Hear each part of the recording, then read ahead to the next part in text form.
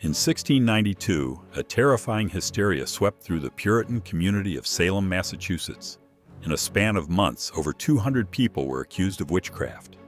30 were formally found guilty, and 20 were executed. 19 by hanging, 14 women and 5 men, and 1 by a brutal form of torture.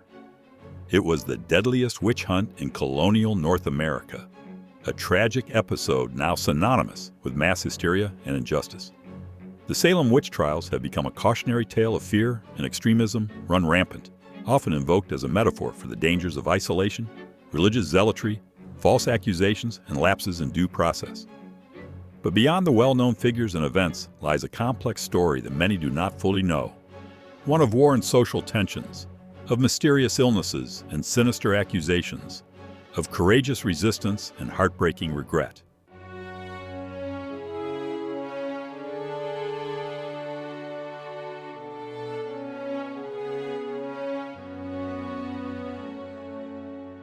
This narrative will unfold the Salem Witch Trials, blending meticulous historical detail with dramatic storytelling. We will journey through the frozen winter of 1692, when a minister's young daughter was inexplicably stricken, through the fevered months of accusations that followed, into the grim courtrooms and up the gallows of Gallows Hill. We will see how the hysteria finally burned itself out and explore the profound consequences in the aftermath. By peeling back the layers of myth, we uncover lesser-known truths, that Salem's panic was fueled by local feuds and a frontier war, that even children and pets were caught in the web of suspicion, and that those who survived would spend lifetimes seeking atonement for this tragedy. Prepare to step back over 3 centuries into a world of flickering lantern light and deep superstition.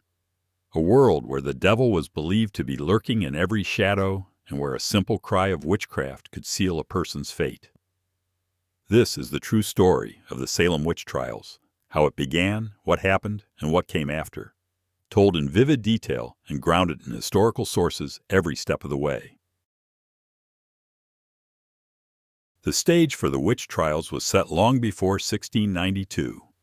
Salem Village, modern-day Danvers, was a small agrarian Puritan community on the outskirts of the larger Salem town.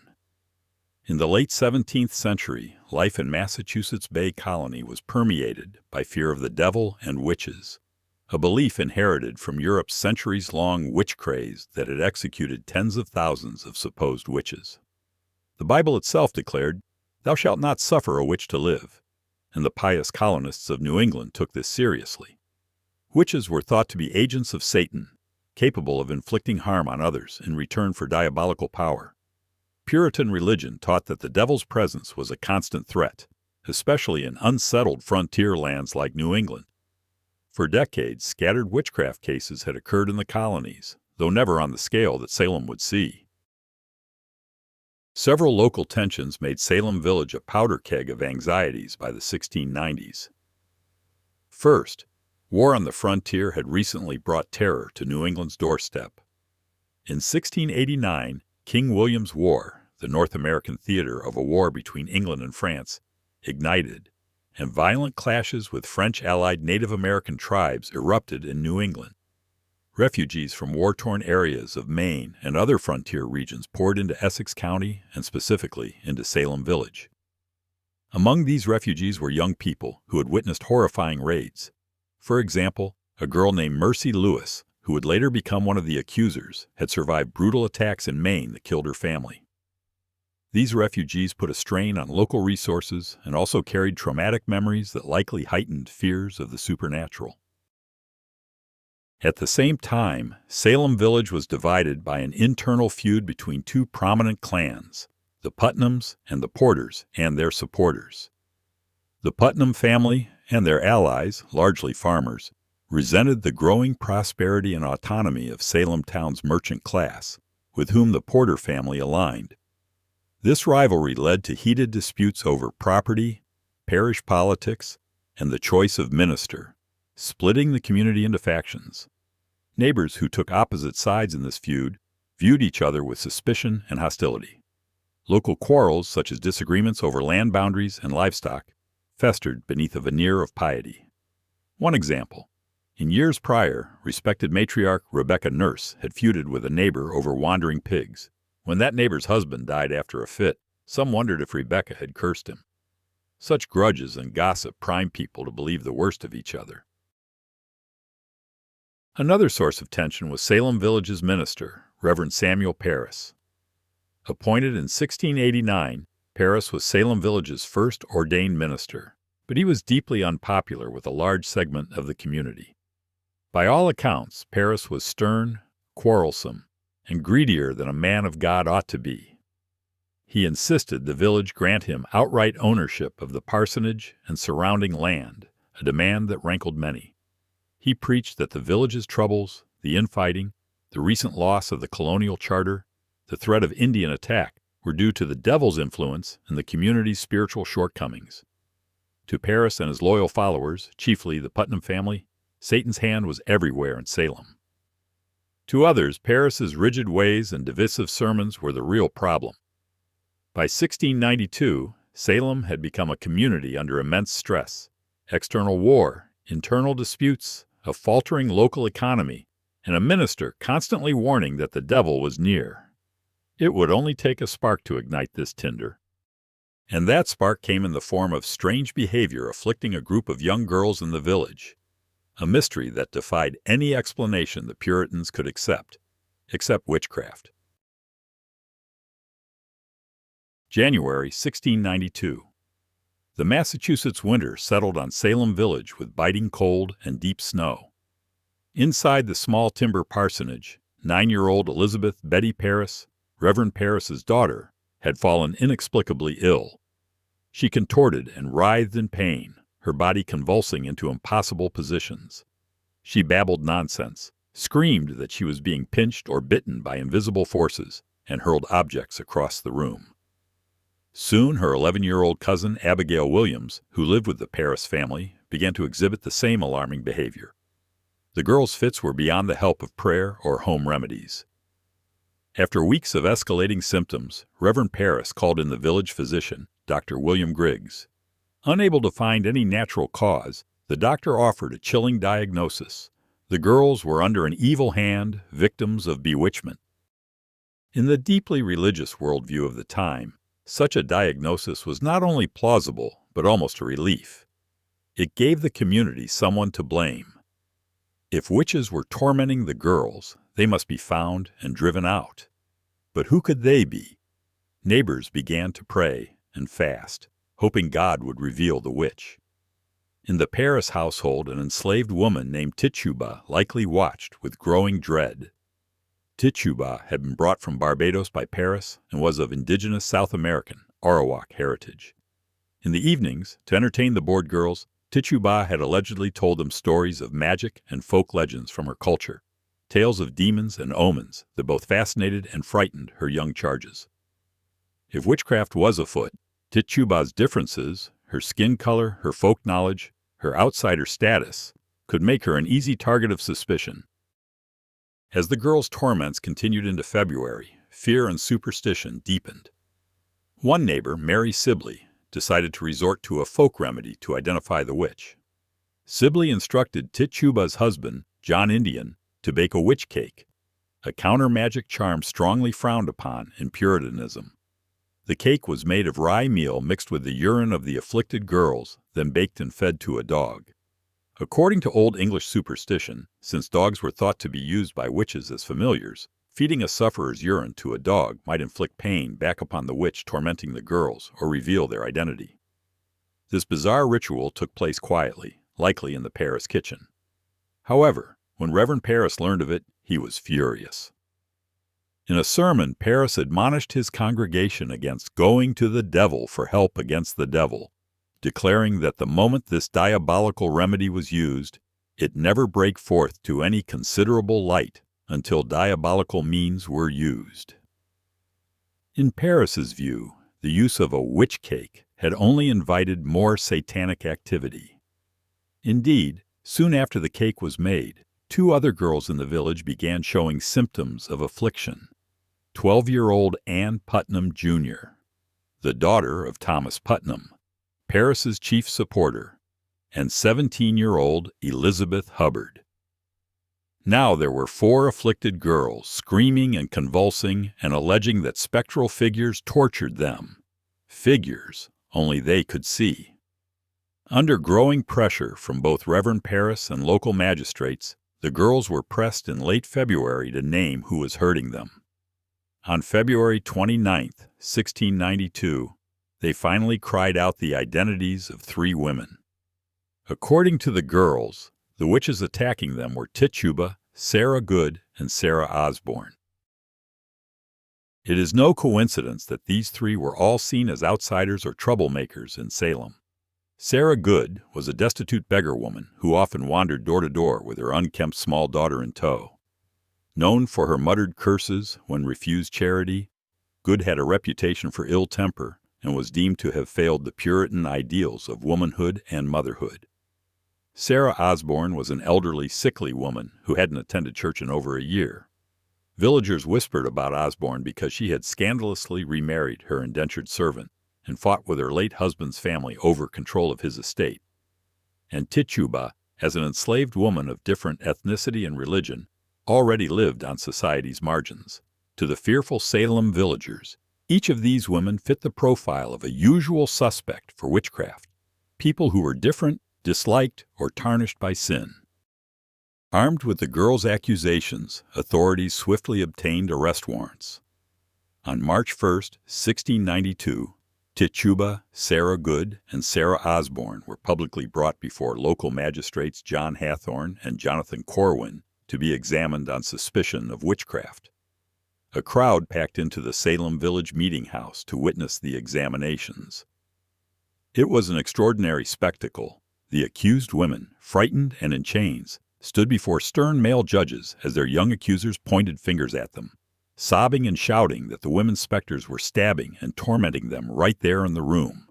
Sarah Good, gaunt and pregnant, fiercely proclaimed her innocence, as did the ailing Sarah Osborne. Both denied ever harming the girls or dabbling in any dark arts. But Tituba, likely fearing for her life under intense pressure, did something the others did not. She confessed.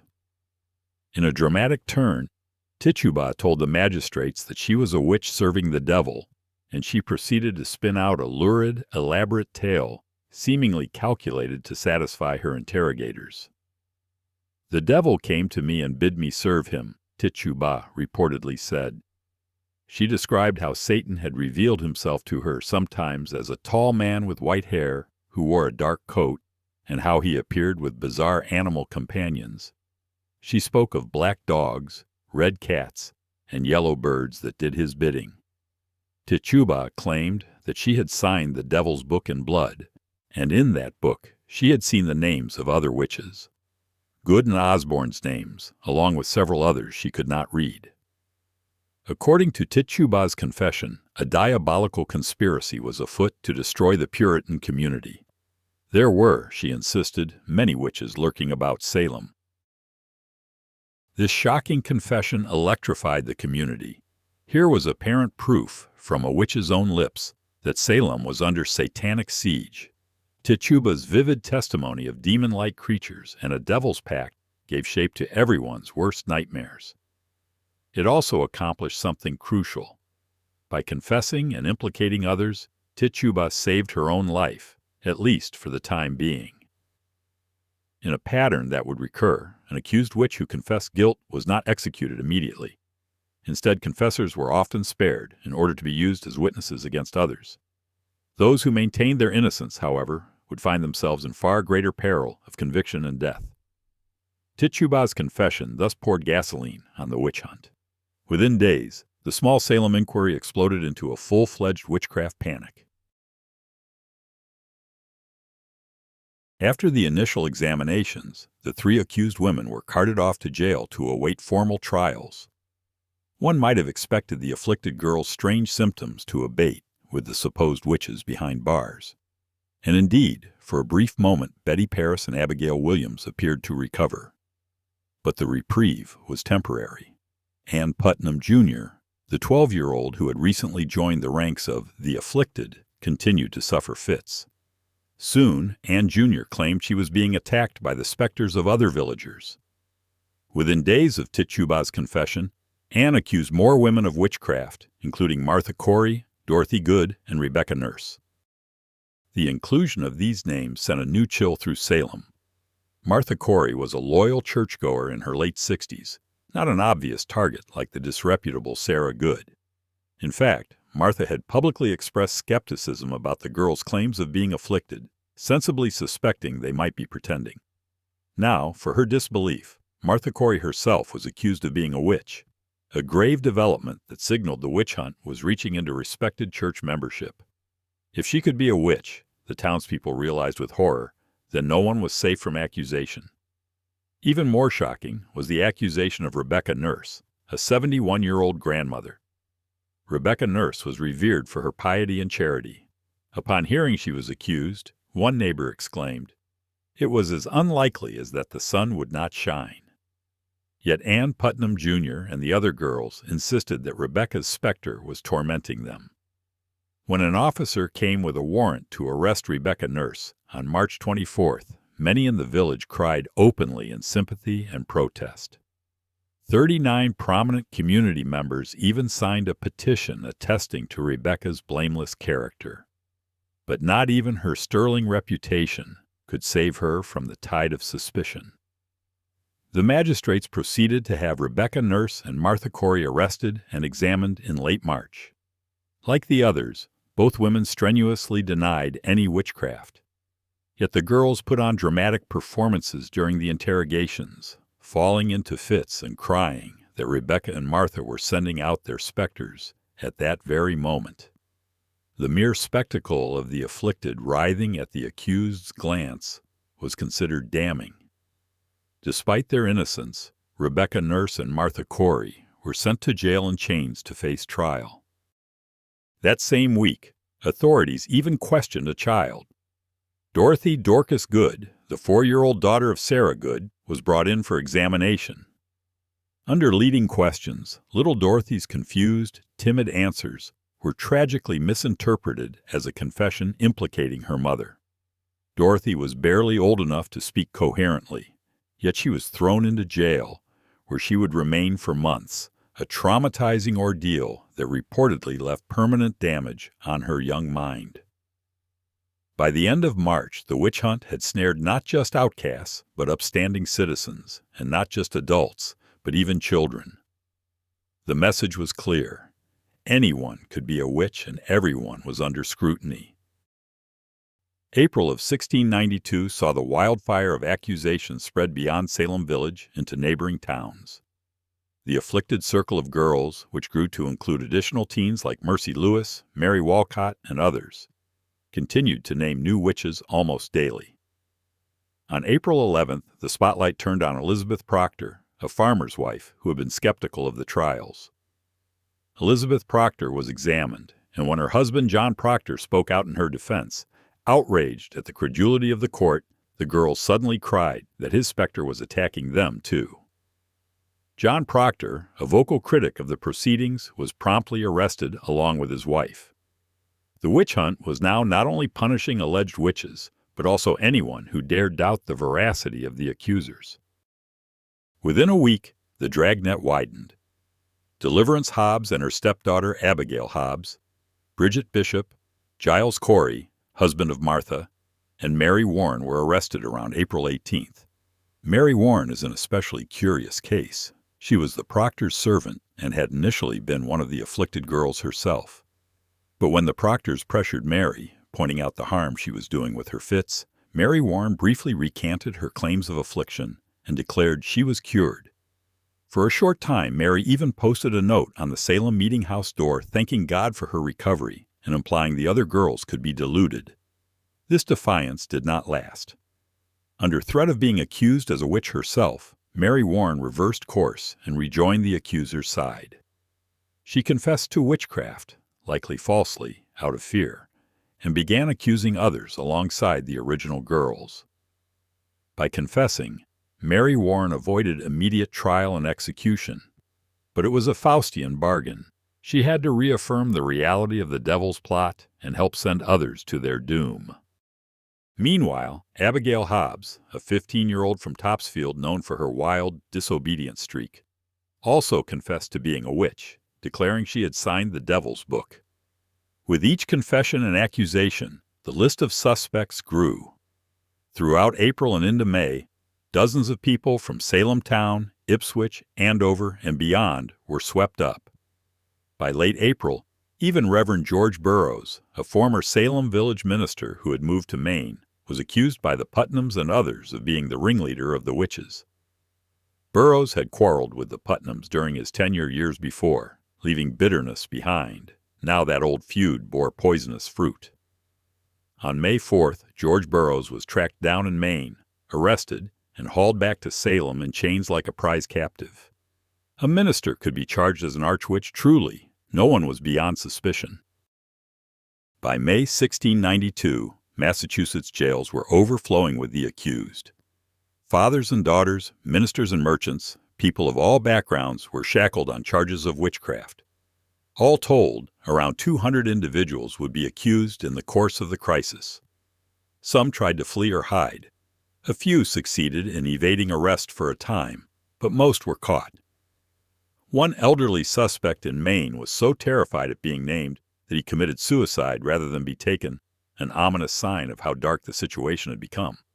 At least 5 accused died in the squalor of the jails before they ever saw a trial. The jails were cold, wet, disease-ridden dungeons. Sarah Osborne, one of the first accused, succumbed to illness in a Boston jail on May 10, 1692, the witch hunt's first fatality.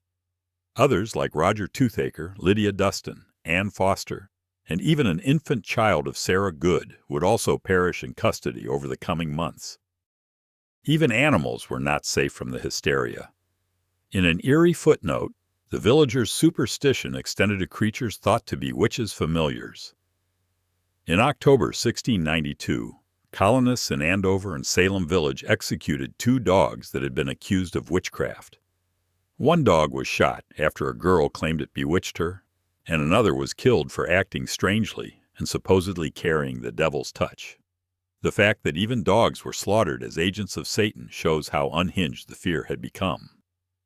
By late May, with scores of accused witches awaiting trial and new accusations still pouring in, the colony's leaders realized they needed a more formal process to deal with the crisis.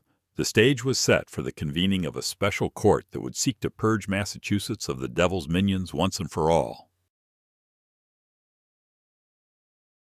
On May 27, 1692, the newly arrived governor of Massachusetts Bay, Sir William Phips, responded to the burgeoning emergency by establishing a special tribunal, the Court of Oyer and Terminer, from the legal French meaning to hear and determine.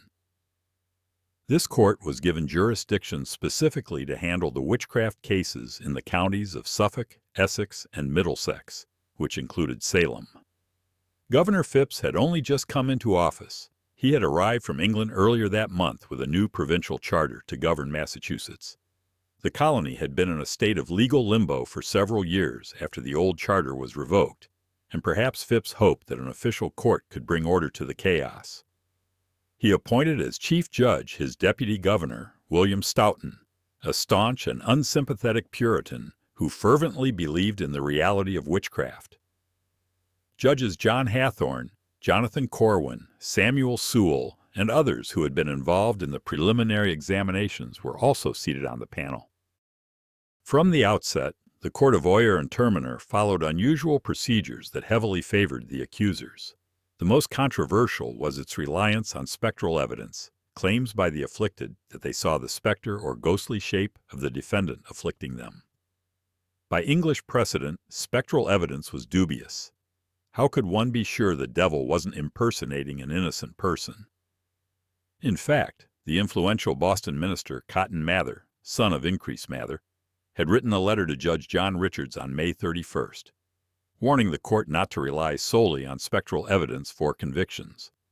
Cotton Mather acknowledged that the devil could take the shape of an innocent person, so do not lay more stress on pure spectral evidence than it will bear, he cautioned. However, he tempered his advice by deferring to the judge's wisdom and urging swift proceedings. In practice, the court largely ignored Mather's warning. Judge Stoughton and his colleagues believed that if God allowed the devil to afflict others in a certain person's shape, it was likely because that person had voluntarily made a pact with the devil. Thus, spectral evidence, though impossible to verify, was admitted and often became the tipping point for guilty verdicts. Besides spectral evidence, the court accepted other tenuous proofs, so-called witches' marks, moles or blemishes insensitive to touch, which examiners interpreted as teats for suckling imps, the presence of puppet dolls, poppets, or occult books in one's home, the results of the touch test, whereby if an accused witch touched a fitful victim and the victim calmed, it was seen as proof of bewitchment, and of course the confessions of accused witches themselves, often extracted under duress.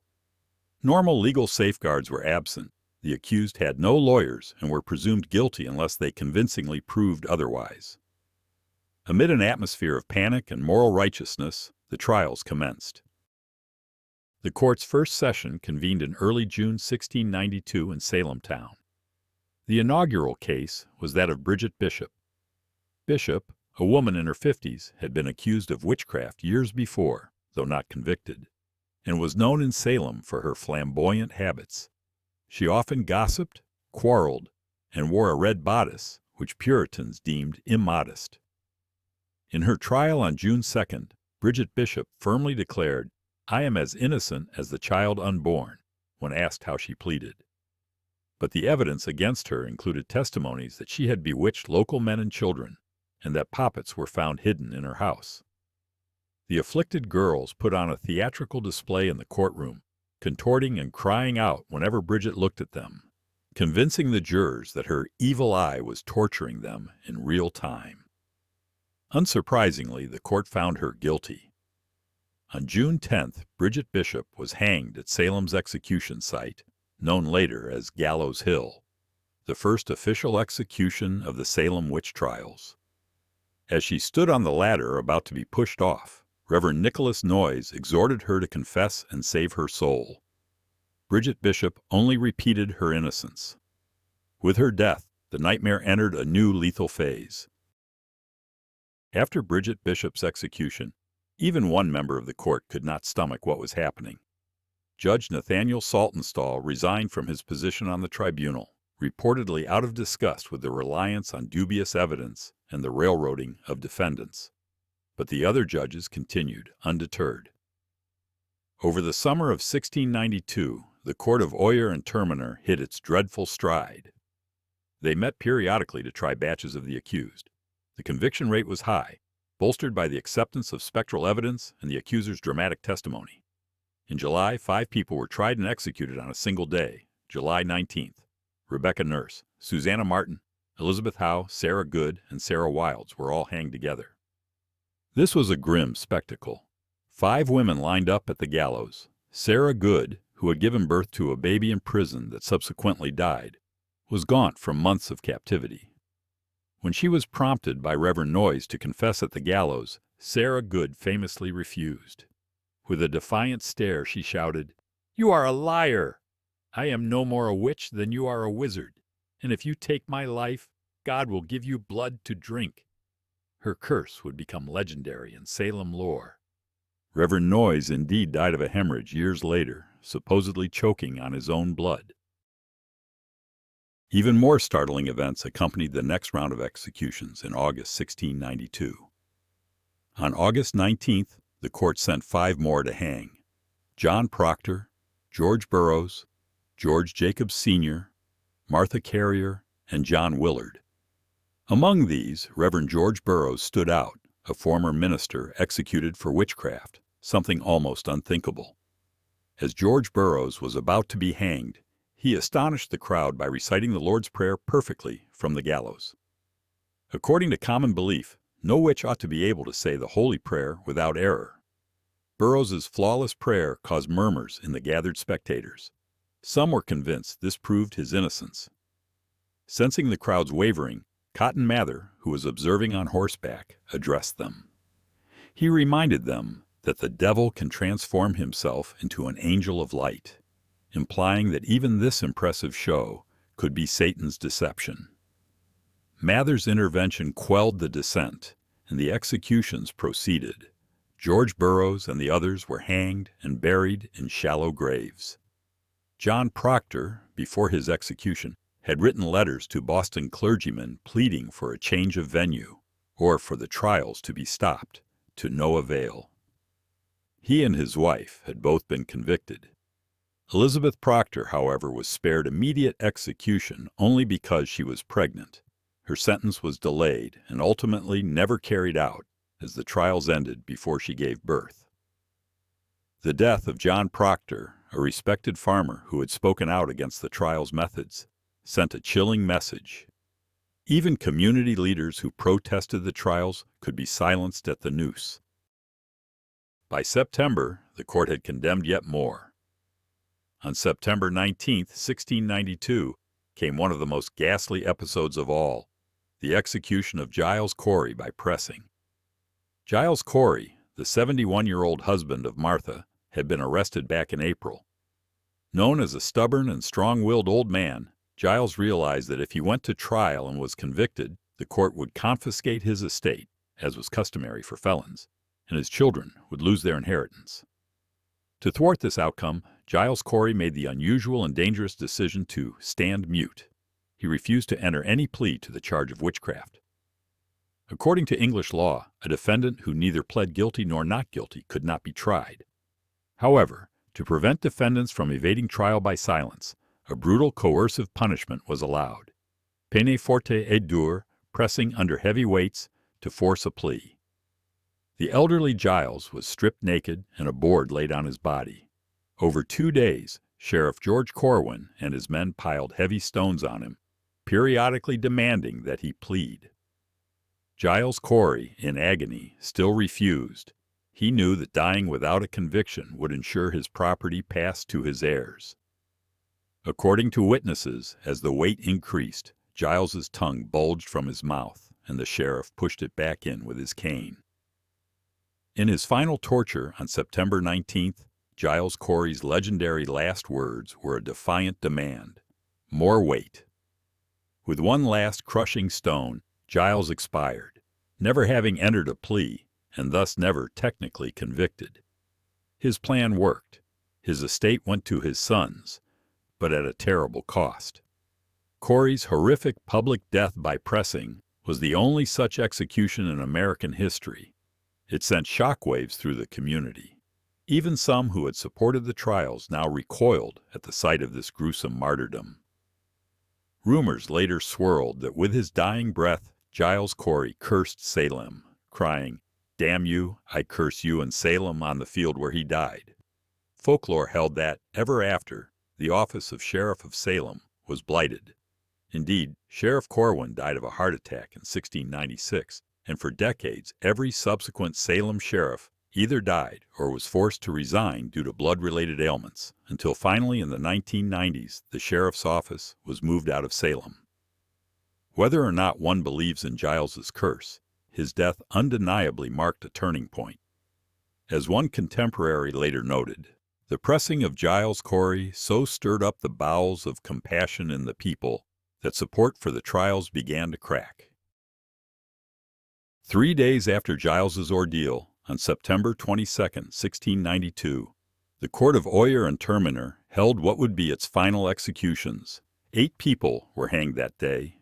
Martha Corey, Giles's wife, who met her fate with composed dignity; Mary Easty, sister of Rebecca Nurse, a mother of 7 who had even written a petition from jail imploring the court to spare the innocent if she herself must die; Alice Parker, Ann Putnam, Margaret Scott, Wilmot Redd, Samuel Wardwell, and Mary Parker. Some of these, like Mary Easty, went to their deaths with prayers and psalms on their lips. Others maintained their innocence to the end.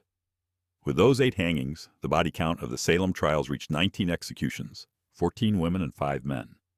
The jails still held well over 100 accused witches awaiting trial.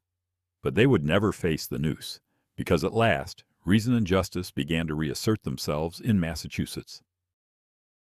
By early fall 1692, public opinion was rapidly turning against the trials. The colony's leading ministers, outside of the fanatic circle in Salem, grew increasingly alarmed at the proceedings. On October 3rd, the influential Reverend Increase Mather, president of Harvard College and Cotton Mather's father, delivered a sermon forcefully denouncing the use of spectral evidence. Increase Mather declared, "It were better that 10 suspected witches should escape than one innocent person should be condemned." This statement was a dramatic rebuke to the court's methods, prioritizing the protection of the innocent even at the risk that some guilty go free. Governor Phips, who had been away fighting Indians in Maine for much of the summer, returned to find his colony in disarray and some of the accused witches' blood on his own hands. Phipps's own wife, Lady Mary Phips, had even been questioned on suspicion of witchcraft, though not formally charged, a development that undoubtedly hit close to home. Seeing the growing opposition and sensing that the witch hunt had perhaps gone too far, especially now that persons of high status were at risk, Governor Phips moved to shut down the court of Oyer and Terminer.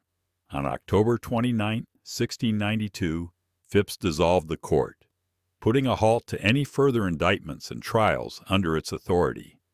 He issued orders to release some of the accused witches and prohibit new arrests. The nightmare in Salem was effectively over. Although the witch hunt frenzy had been quelled by November 1692, its aftermath left deep wounds in the community.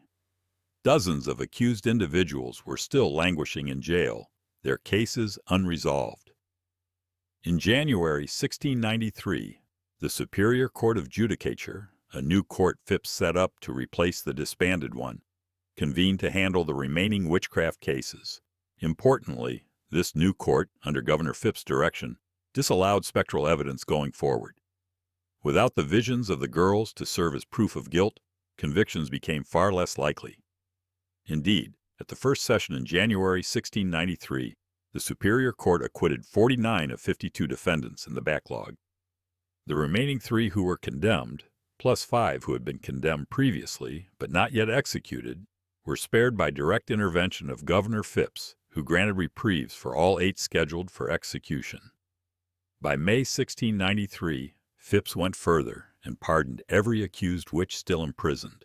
Those who could pay their jail fees were released and allowed to return home. The Salem Witch Trials, as an event of prosecutions and executions, had finally ended. In total, 19 innocent people had been hanged and 1 pressed to death, and at least 5 died in prison during the ordeal. Scores of lives had been shattered. Families lost mothers, fathers, sisters, and sons. Reputations were ruined. Even many of those who survived would never fully shake the stigma of having been accused as witches. In Salem and Massachusetts at large, a period of mourning and reflection followed. The very community that had fed the frenzy now had to come to terms with the fact that it had killed its own neighbors on evidence that, in hindsight, was flimsy or false. There were many questions. How could this have happened? Who was to blame? And how could they make it right? Over time, a remarkable thing occurred.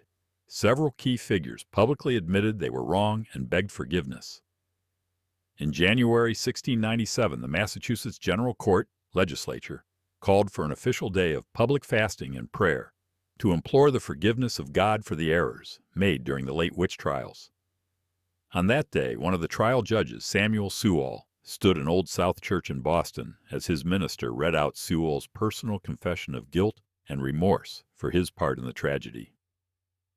Sewall declared his deep sense of the blood on his hands and asked God's pardon. All 12 jurors who had served in the court of Oyer and Terminer also signed a collective statement of regret, acknowledging their errors and condemning innocent people. Perhaps most striking was the action of Ann Putnam Jr., one of the primary accusers. In 1706, 14 years after the trials, Ann Putnam Jr. was 27 years old and seeking to join the Salem Village Church. As part of her admission, she stood before the congregation and gave a brief but significant public apology. She confessed that she had been deluded by the devil in accusing innocent people, and she expressed deep sorrow for her involvement in the trials. Ann Putnam Jr. had personally accused 62 people of witchcraft and was responsible, directly or indirectly, for the execution of perhaps 17 of them. She was the only one of the afflicted girls ever to apologize. The community accepted her into the church, but one can only imagine the weight of guilt she carried for the rest of her life. Notably, 2 other original accusers, Betty Parris and Abigail Williams, never had to recant. Betty was sent away from Salem during the trials and later married quietly, and Abigail Williams disappeared from the records, her fate uncertain. On the legal front, Massachusetts took steps to make amends to the victims and their families. In 1702, the General Court formally declared the 1692 trials unlawful. In 1711, the colony passed a bill reversing the attainder, guilty verdicts, of many of the convicted witches and paid a modest financial compensation totaling £600 to the survivors and heirs of some of the victims. As of 2025, that is about $115,000 today. However, not everyone who suffered was named in this bill. A number of those wrongfully convicted were initially overlooked in these early acts of restitution. In fact, as decades passed, descendants continued to push to get every one of the condemned officially exonerated. It was not until 1957, over 250 years later, that the state of Massachusetts issued another apology and cleared the names of several additional victims who had been left out in 1711. Incredibly, one last woman, Elizabeth Johnson, Jr., who had been convicted in 1693 but not executed, was forgotten in all these measures. Her name wasn't cleared until July 2022, when an 8th grade civics class in North Andover, Massachusetts took up her cause and successfully lobbied the legislature to exonerate her 329 years after her conviction. Thus, only in the 21st century was the final Salem witch officially declared innocent by the Commonwealth of Massachusetts. The Salem community itself also underwent changes after 1692. Reverend Samuel Parris, who many felt had inflamed and encouraged the trials, was forced out of his position by 1696 due to congregational pressure and ongoing quarrels. Salem Village got a new minister, Joseph Green, who made reconciliation a priority. He even literally reshuffled the seating in the meeting house so that the families of accusers and the families of victims sat side by side to promote healing.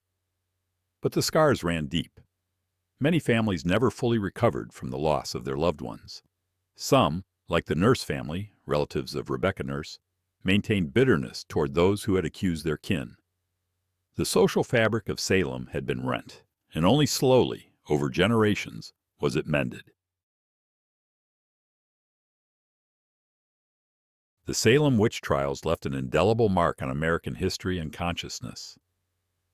In the immediate aftermath, the trials are often credited with ushering in a healthy skepticism toward spectral and supernatural evidence in courts.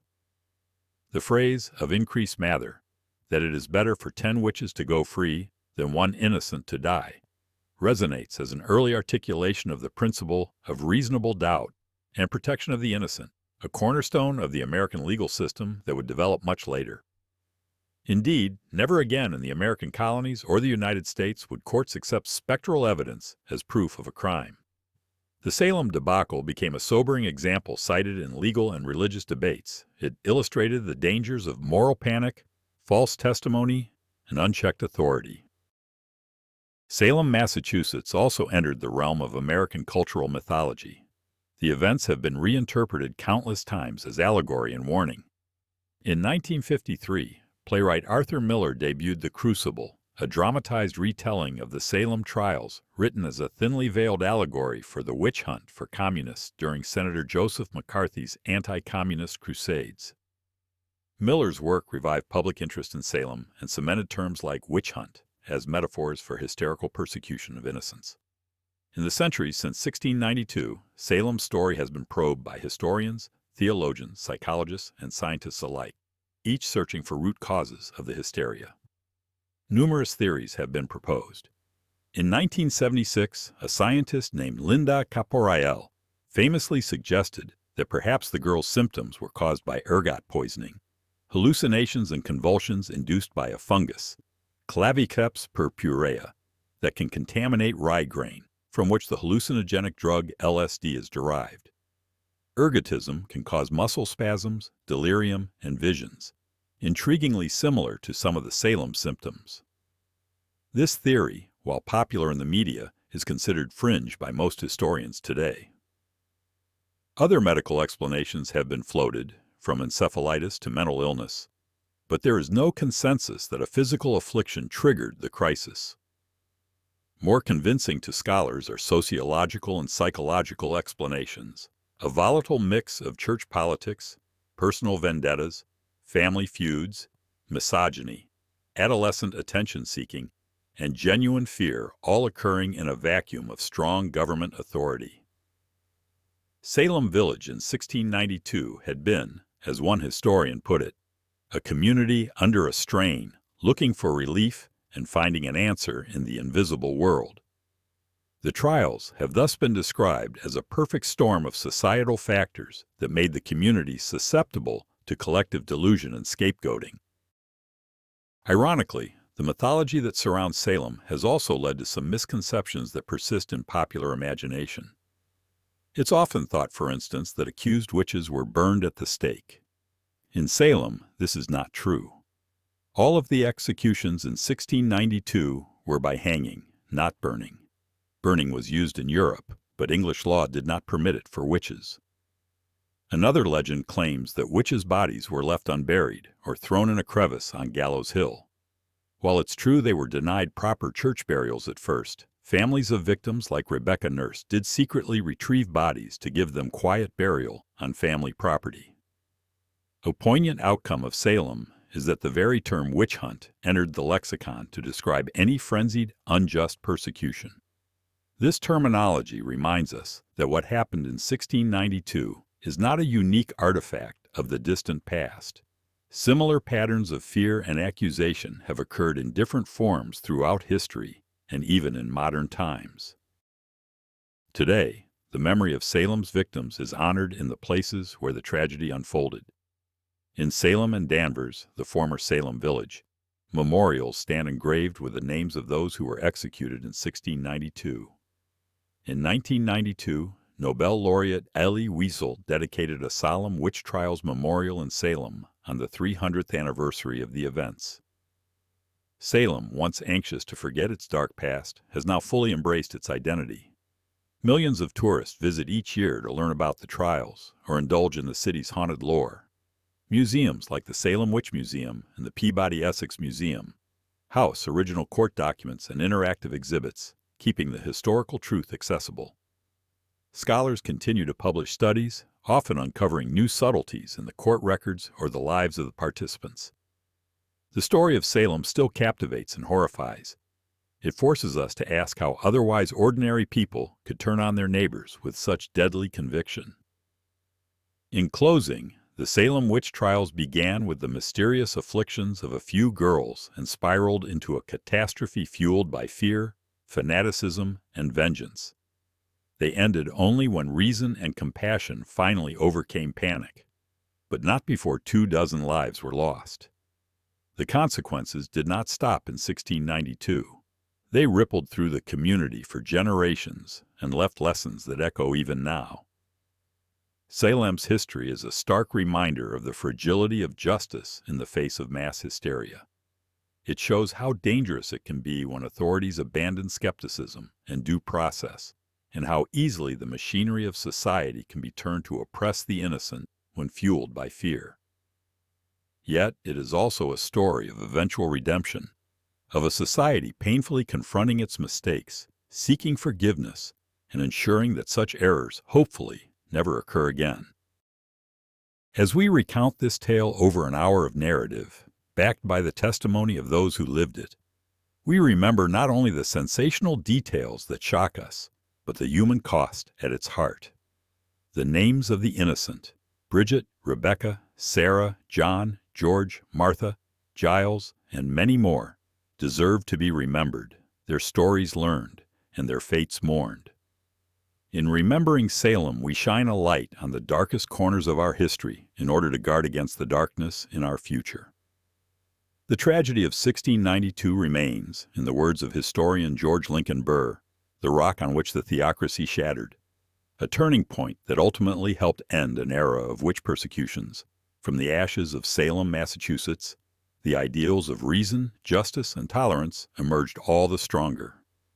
This is the lasting legacy of the Salem Witch Trials, a legacy that urges us to resist the seductions of fear and to never let blind zealotry overpower truth and compassion.